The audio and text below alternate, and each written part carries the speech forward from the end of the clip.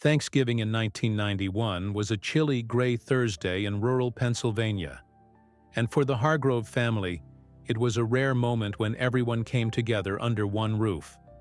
The old farmhouse had creaked with life that morning, pots boiling in the kitchen, football murmuring from the living room TV, and laughter echoing from cousins reunited after a year apart. 10-year-old Caleb Hargrove was especially thrilled. With his floppy brown hair, crooked smile, and endless energy, he was the kind of boy who lit up a room just by running through it. That day, he wore his favorite blue thermal sweater, jeans muddied from chasing his golden retriever, Barkley, through the damp leaves outside. Thanksgiving was Caleb's favorite holiday. He loved helping his grandpa carve the turkey, sneaking bites of pie crust from the counter, and tossing the football with his uncle in the cold air. Around 3:15 p.m., just before dinner, Caleb asked if he could take Barkley out for a quick walk behind the barn. His mom agreed. He'd done it dozens of times, but this time, Caleb never came back. At first, no one panicked. Maybe he'd wandered a bit too far. Maybe he stopped to build a fort in the woods behind the property. But when Barkley returned alone 15 minutes later, his leash dragging through the wet grass, muddy and barking, the atmosphere shifted. The laughter in the kitchen turned to whispers. His father and uncles grabbed flashlights and coats. His mother called out his name again and again, her voice cracking under the weight of growing dread. Within an hour, they had searched the entire property. The woods, the creek bed, the tool shed, even the neighbor's cornfield across the road. Not a footprint, not a scrap of clothing, no sign of Caleb. By nightfall, state police were called in. Helicopters scanned the area. K-9 units combed the land. The entire community rallied around the family, volunteers searching deep into the woods by lantern, whispering prayers into the November air. But days turned into weeks, and weeks into months. The case grew cold. The Hargrove farmhouse, once filled with warmth, slowly quieted over the years. His parents divorced in 1995. Caleb's room was left untouched, his sneakers still by the door, his crayon drawings still taped to the walls. The only photograph used in the search efforts, Caleb grinning at a pumpkin patch the month before he vanished, became frozen in time. By 2001, most people had stopped asking about the case. But on a rainy afternoon in late October of that year, a letter arrived at the family's old P.O. box. One they had kept out of habit, not hope. It had no return address, only a Portland, Oregon postmark. Inside was a single piece of lined notebook paper. On it, written in shaky handwriting, were 7 chilling words. I remember the dog. I remember everything. Before we keep going, where are you watching this from? Drop your country and city in the comments. It helps us know how far these stories reach. The letter was immediately turned over to the county sheriff's department, where one detective still remembered the case vividly. Greg Lawson. In 1991, Greg had been fresh out of training, and Caleb's disappearance had been his first major investigation, and his first haunting failure. The boy who vanished on Thanksgiving Day without a trace, without a witness, without so much as a footprint. So when Greg saw the note, just 7 words scribbled on a torn piece of notebook paper, something stirred in him. Not just suspicion, but hope. I remember the dog. I remember everything. It wasn't the kind of thing a prankster would write. The reference to the dog, Barkley, was far too specific. Only someone close to the case would recall that detail. Forensics tested the letter. No fingerprints, no saliva, no traceable DNA. Whoever sent it had taken extreme measures to remain anonymous. But there was something else. The paper itself, lined, slightly tilted margins, matched a style commonly sold in discount stores across Oregon in the late 1990s. It wasn't proof, but it was a timestamp. The note was recent, written long after Caleb had disappeared. Greg made the decision to travel to Oregon himself. Portland was gray and damp that October. the rain blurring the streets and dimming the skyline. He met with local authorities, combed through records of hospitals, shelters, and even schools, looking for anyone who might have matched Caleb's description years earlier. Days passed with little to show. But then, at a rundown youth shelter on the east side of the city, a manager mentioned something unusual. Back in 1998, a teenager had stayed there for a few months, said his name was Eli. No last name, no birth certificate, nothing. He barely spoke to anyone. What the staff remembered most, oddly enough, was that he was terrified of dogs. Even the small therapy beagle they kept at the front desk. One staffer, still working there, recalled him saying something strange. They said the dog would tell everything. That sentence sent chills down Greg's spine. Could it be?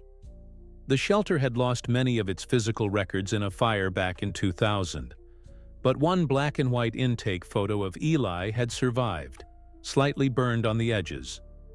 Greg took the photo back to Pennsylvania.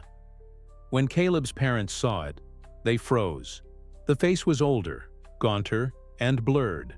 But the eyes, the small scar under the chin, the slightly crooked front tooth, it all felt too familiar to be coincidence.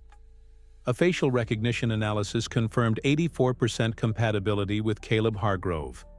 It wasn't conclusive, but it wasn't something that could be ignored either. Suddenly, a case that had been cold for 10 years felt red-hot again. Greg opened a new file. The questions poured in like rain off the Portland roofs. Who was Eli? Where had he gone? And why send the letter now, after all these years? Determined to follow the trail before it vanished again, Greg retraced every possible movement Eli might have made after leaving the shelter. The intake records showed only one clue. He had been dropped off by a middle-aged man driving a beige station wagon with out-of-state plates. Possibly from Idaho. No name, no license plate, just a vague memory from a staff member who hadn't thought much of it at the time. That lead took Greg to Spokane, then Boise, where he visited dozens of small shelters and halfway homes. At one location, in a dusty box of old volunteer forms, he found a note that stopped him cold. It was a message scribbled in red pen at the top of a 1999 intake sheet. Kid won't talk, keeps drawing trees, a house, and a lake. The boy had given a fake name, said nothing else, and vanished 2 weeks later. But the drawings matched a very specific place in Pennsylvania. The Hargrove family lake cabin, abandoned after Caleb's disappearance. Back in Pennsylvania, Greg paid a visit to the old cabin, long boarded up and surrounded by tangled weeds and pine trees. Inside, it smelled of damp wood and dust. Caleb's name was still carved into the bunk bed frame. On a whim, Greg checked the attic. And to his shock, in a forgotten corner behind a stack of crates, he found an old wooden cigar box. Inside were faded crayon drawings, a house, a dog, a forest, a boy standing beside a tall man drawn in red. It was unmistakably Caleb's drawing style. One picture had a name scribbled in the corner, Barkley, underlined in green. Suddenly, the claim from the shelter in Oregon wasn't just a coincidence. Whoever Eli was, he had memories of that place. Memories that could only belong to Caleb Hargrove. But the strangest discovery came a week later. Greg received a second letter, again postmarked from Oregon. This time it wasn't typed or written in pen, but constructed entirely from cut-out magazine letters like a ransom note. It said, "Stop looking. He's gone. He doesn't remember you." But the style was clumsy, rushed. One of the letter fragments had a partial fingerprint on it, and when lab results came back, the print didn't match any criminal database, but it did match an old-school file. Caleb Hargrove, age 10. The boy who had vanished. He had touched that paper, recently. There was no doubt now. Caleb was alive somewhere, but if he was sending letters, why was he hiding? And who was the man who wanted to keep him lost? Greg now knew the case wasn't just a missing persons report. It was something far darker, and someone somewhere was desperate to keep the truth buried. The case began to shift from a missing child investigation to something more sinister: a possible long-term abduction orchestrated by someone with the means and will to keep a boy hidden for years. Greg Lawson, now consumed by the case, began to re-examine old reports, interviews, and overlooked details from 1991. He found inconsistencies in witness statements. Small things at first. One neighbor, who had claimed to see nothing the day Caleb vanished, was later found to have had a clear view of the Hargrove backyard. Another neighbor, now deceased, had once reported seeing a tan station wagon idling near the woods for several hours the week before Thanksgiving, but the note had been buried in the original file. Greg realized something devastating. The original investigation had missed key signs. Either through oversight or pressure to find quick closure, certain details were never pursued. But now, a decade later, those details were breathing new life into the search for Caleb, and revealing the chilling possibility that he had been watched long before he disappeared. In an effort to visualize Caleb's possible path through the years, Greg worked with a forensic sketch artist to create an aged composite, not just of Caleb, but of the mysterious man who may have abducted him. They used fragments from old descriptions, staff reports, and even Caleb's own childhood drawings to build a psychological profile. The image they produced was haunting. A man in his 50s, heavyset, balding, often seen wearing outdoor gear. Someone who blended into small towns without raising suspicion. The public release of the sketch led to dozens of tips. Most went nowhere, but one stood out. A former nurse in Eugene, Oregon, claimed to recognize the man. She said he came in regularly with a teenager for treatment between 1999 and 2001. The boy didn't speak much, but the man always introduced him as his nephew. When the nurse saw the aged composite of Caleb, her blood ran cold. "That was him," she whispered. "I'm sure of it. He had the same eyes. He looked lost." Law enforcement returned to Oregon with new urgency, focusing on regions the man had reportedly visited: remote cabins, off-the-grid communities, even RV parks. In one such place, near Crater Lake, a former tenant had left behind an abandoned trailer. Inside, investigators found children's books, hand-sketched maps, and a photograph of a boy around 13 sitting at a wooden table, staring blankly at the camera. The boy's face was blurred and weary, but unmistakably Caleb's.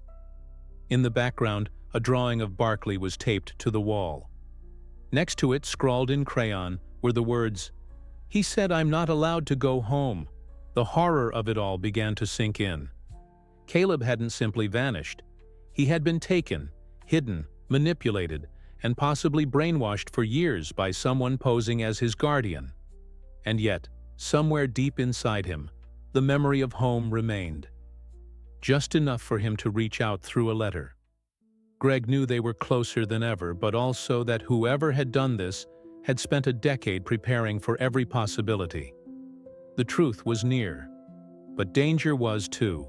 As Greg deepened his search into Caleb's lost decade, he began to notice a pattern.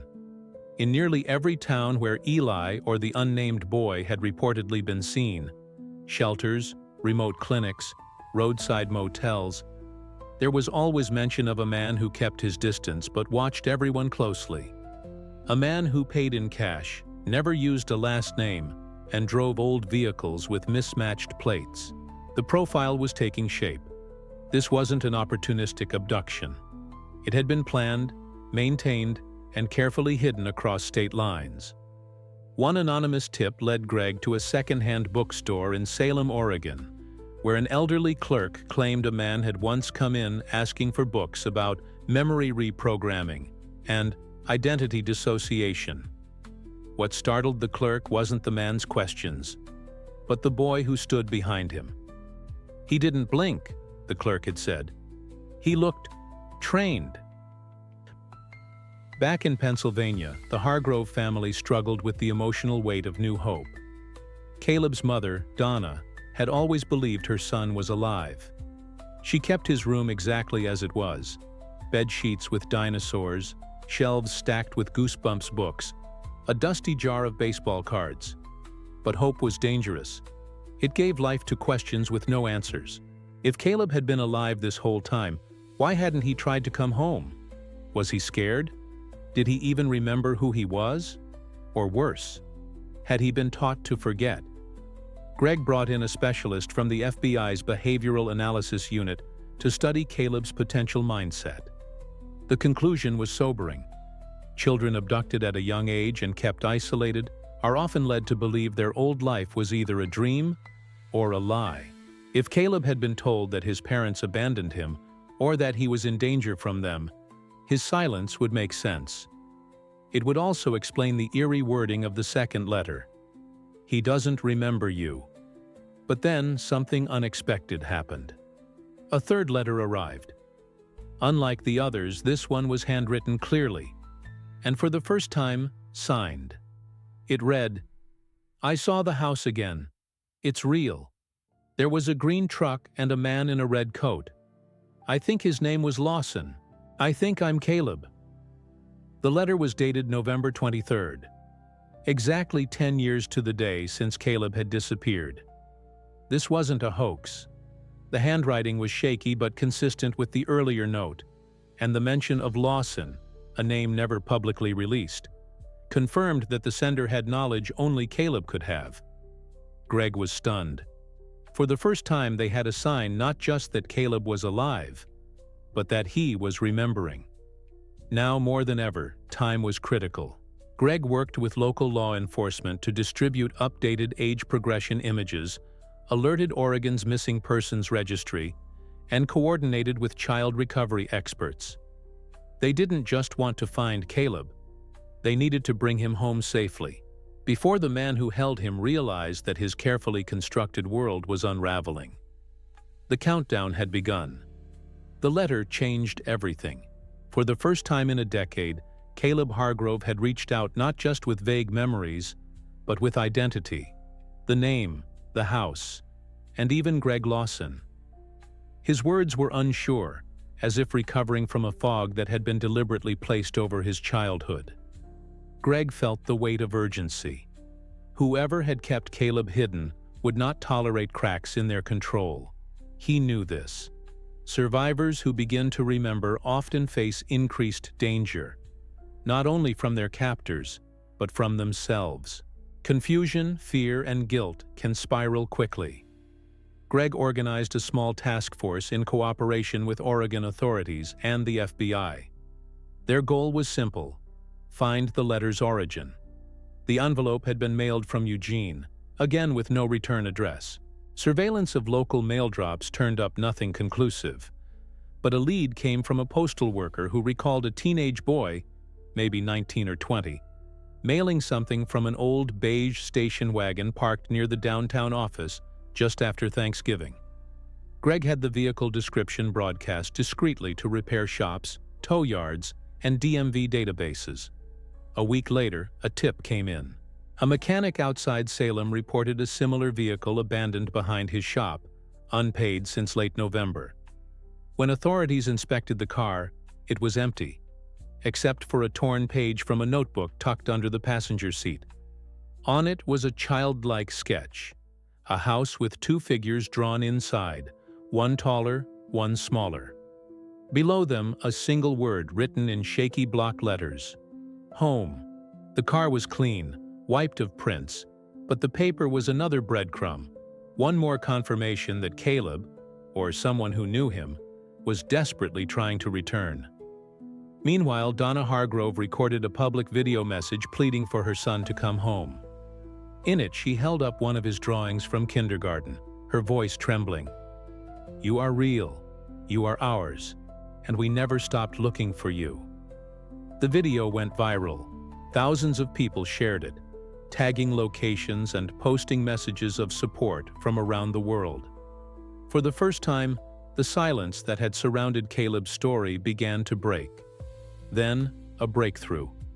A former volunteer at a remote youth compound outside Bend, Oregon saw the video and called in a tip. She remembered a boy named Eli who had lived there for a short time in 1999. He was quiet, distant, but she recalled him asking if Pennsylvania had lakes with wooden cabins. The volunteer gave Greg the name of a man who had run the compound back then, a reclusive survivalist named Raymond Heller, long known for avoiding authorities and changing locations frequently. Greg now had a name, a history, and a possible link to Caleb's lost years. If Heller was the man behind the decade-long disappearance, then every minute counted. But with the trail growing colder, the team faced a terrifying question. Was Caleb still free and trying to reach out? Or had someone already silenced him before the truth could emerge? The hunt for Raymond Heller quickly turned into a race against time. His name had been buried in government watch lists for years, not for criminal activity, but for his ties to fringe survivalist movements. A former forest ranger turned anti-establishment recluse, Heller had reportedly been building safe communities in remote wilderness regions since the late 1980s. They were described as off-the-grid settlements, where no one asked questions, no IDs were required, and technology was largely banned. The compound near Bend, Oregon, the one where Eli had once stayed, had been dismantled years earlier, but Greg discovered that Heller's signature appeared on a land lease for a parcel of forest near the Three Sisters Wilderness. He made the journey with 2 FBI agents, hiking deep into the snow-covered woods in December 2001, uncertain what they'd find. What they didn't expect was silence. Total, unnatural silence. No birds, no wind, just a hollow echo of boots in snow. And then, tucked behind a thick veil of pine trees, they saw it. A cluster of 3 wooden cabins, abandoned but strangely intact. Curtains still hung in the windows. Clothes were still drying on lines, but no people. Inside the largest cabin, the scene was like stepping into a time capsule. Children's drawings were pinned to the wall. A chart labeled "Chores" listed names, including Eli. One room had a cot with neatly folded blankets, a stack of children's books, and a worn Buzz Lightyear figure on the floor, a toy released in the mid-90s, far too modern for a child who supposedly disappeared in 1991, unless it had been given to him later. Greg's heart pounded. The space felt lived in, but something was wrong. No signs of struggle, no signs of life. Just a message scrawled on the chalkboard wall of what appeared to be a communal dining area. "Remember the dog." That phrase again. The same one from the first letter. Back in Pennsylvania, Caleb's parents waited by the phone, terrified to hope. Greg ordered the entire compound to be combed for evidence. In a locked trunk beneath the floorboards, they found what would become the most shocking discovery yet. A pile of letters, all written in the same shaky hand as the one mailed weeks earlier. Some were addressed to Mom, others to the man in the red coat, referencing Greg. Each letter revealed fragments. "He said my name is not Caleb. He says people on the outside lie. I remember hiding in the leaves. There was turkey that day." It was as though Caleb had been writing for years, unsure if his words would ever escape. The last letter was different. It read simply, "He's getting scared. I think he knows I remember too much." It was now clear. Caleb had been trying to reach out for years, but something, or someone, had stopped him each time. Greg's team expanded the search radius around the cabins, eventually locating fresh tracks leading down a steep ravine. At the bottom, half submerged in ice and rock, they found the wreckage of a makeshift wooden bridge, and tangled in the brush, a worn backpack. Inside it, a photograph, a copy of Caleb's birth certificate, and a small cassette tape labeled "For Greg." The recording would change the case forever. Greg held the cassette tape in his hands as if it were made of glass. It was old, dusty, and slightly warped, but the label, written in pencil, was unmistakable. "For Greg." That alone made it extraordinary. Caleb hadn't seen or heard from him since 1991. And yet here he was, more than a decade later, reaching out in the only way he could. The FBI immediately transferred the tape to a lab in Portland for restoration, where audio specialists managed to recover the contents. When Greg first heard the voice, the entire room fell silent. The tape began with static, then a long pause, and then a trembling voice. "My name is Caleb Hargrove. I don't know how old I am, but I think I used to be 10. There was a break, a shaky breath, and then more. He told me not to talk about the dog, that the dog saw everything, but I remember the backyard, the swing, and my mom's voice. I remember Barkley barking, and I remember someone grabbing me from behind. It wasn't quick, it was loud, and I kicked. And then nothing." Greg closed his eyes. The recording went on. Caleb described waking up in a different room, being told his name was Eli, and that his parents were gone, or dangerous. He said the world ended, and I had to stay quiet or the fog would take me. I believed him. For a long time. But I started to remember. Not all at once, just flashes. The blue door, Thanksgiving dinner, the smell of pie, and I remembered a man with a red coat who smiled and told me we'd find the truth together. That line hit Greg like a punch to the chest. He had worn a red windbreaker the day Caleb's case was first assigned. Caleb must have stored that memory hidden away for years, like a signal flare buried in darkness. The tape ended with a plea. "If you're hearing this, it means I found a way to leave. Please find me before he does." Greg shared the audio with Caleb's parents in a private room at the precinct.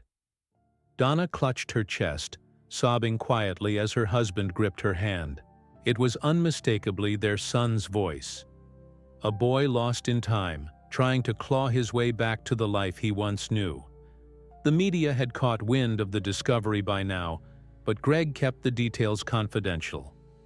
He feared that too much publicity would spook whoever had kept Caleb hidden, or worse, provoke him. But the tape gave them their best lead yet. One of the background noises, a distant bell, faint but consistent, was identified by sound engineers as a specific type of buoy bell used near river crossings in southern Oregon. Only a few remained operational in 2001. That narrowed the search zone to 3 possible locations. Greg, fueled by the urgency in Caleb's voice, mobilized teams to all 3. Every hour counted now. Caleb wasn't just lost anymore. He was calling for help. The search teams fanned out toward the 3 locations near the Oregon River systems where buoy bells could be heard. Greg joined the group headed toward the most remote of the 3, an old logging route near the Rogue River, now overgrown and rarely accessed. It was December, and the cold cut through even the thickest jackets.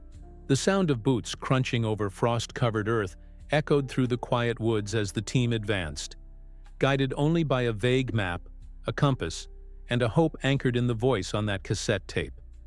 After nearly 2 hours of hiking through dense underbrush, the agents came across a faint trail. Footprints, some large, some small, heading deeper into the forest. Greg's pulse quickened. Could this be it? At the edge of a clearing, hidden by overgrown pine branches and mossy rocks, stood a small shack. It was pieced together from scavenged wood, tin sheets, and tarps, a makeshift shelter that looked like it had withstood years of storms and silence. Smoke still curled faintly from a rusted stovepipe, indicating recent activity. The team approached cautiously, calling out, "Federal agents, show yourself!" No response. Greg pushed open the creaking door. Inside, it was dimly lit by a single oil lamp. The air smelled of damp wool, burned food, and age. There were 2 cots, one obviously smaller, with a frayed blanket decorated with faded dinosaurs. On a table in the corner sat a tin plate with half-eaten beans and a single fork. But the room was empty. Then they saw it, scratched into the wooden wall with a nail, just beside the small cot. "I remember now." And next to it, a drawing. Crude, but heartbreaking. A boy holding hands with a man in a red coat. Greg stepped back.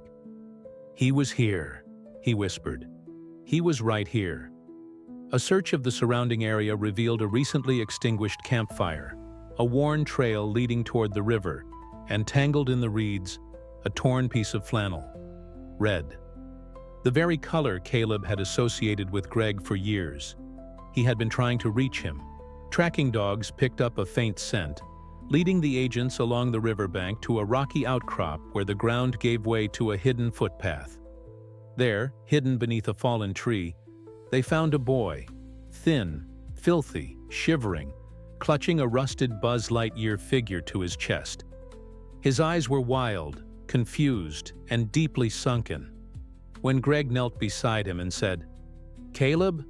the boy didn't answer. Instead, he looked up and whispered, "Are you real this time?" Tears welled in Greg's eyes. "Yes," he said softly. "You're safe now." The boy reached out, not with certainty, but with the tentative hope of someone who had lived too long in the shadows. He collapsed into Greg's arms, and for the first time in over 10 years, Caleb Hargrove was no longer alone. Caleb's rescue was headline news for weeks. Boy missing. Since 1991, found alive in Oregon forest, ran across national broadcasts and international newspapers. But the public only knew part of the truth. Authorities kept the most haunting details sealed. The drawings, the letters, the manipulation Caleb endured for over a decade. He was taken immediately to a secure hospital where trauma specialists began the delicate process of rebuilding his understanding of reality. It was a slow, fragile awakening. For days he barely spoke. He flinched at loud noises. He panicked when doors were closed. But gradually, with time and the careful presence of familiar voices, Greg's, Donna's, even a cassette of his father reading stories from an old home video, Caleb began to respond. He recognized his own name. He asked about Barkley. And then, one morning, he whispered, "Is Thanksgiving real?" When his mother nodded, eyes full of tears, Caleb simply said, "I want to go home." But home was complicated. The Hargrove house had become a monument to absence. Every photo, every school project, every holiday decoration frozen in time. They renovated slowly, not to erase Caleb's past, but to welcome his future. Therapy became part of daily life, and with each passing week, Caleb grew stronger. He laughed again. He slept without screaming. He even asked if Buzz Lightyear could get a new arm. Donna obliged, finding a vintage figure online and placing it on his pillow. One night, Caleb handed Greg a final drawing, a new one. It showed a man in a red coat, a dog, a house with light in every window, and a boy standing at the door, smiling. "This time," Caleb said, "I drew me how I feel now." Raymond Heller, the man believed to have held Caleb, was never found. Authorities suspect he abandoned the compound once Caleb began to resist, possibly even fearing exposure. But his disappearance only deepened the mystery. Investigators discovered evidence he may have done this before, but no other survivors were ever confirmed. His face remained on most wanted bulletins for years, until the trail went cold. Yet for the Hargroves, closure didn't require his capture. It came the moment their son walked back into their lives. Greg Lawson retired 2 years later, having declined multiple promotions. He said no title would ever matter more than the name Caleb called him during one therapy session. The man who came back. He now volunteers with organizations that help find missing children, giving lectures and training law enforcement to listen to what others ignore. Sometimes, he says, the key to finding someone isn't in evidence, it's in memory, and love knows how to wait. And so every Thanksgiving, the Hargroves gather around their table. They light one extra candle, not for the years lost, but for the miracle that brought them back. Caleb, now a young man, plays music at local events, and every note he plays is a reminder. Even in silence, some voices find their way home.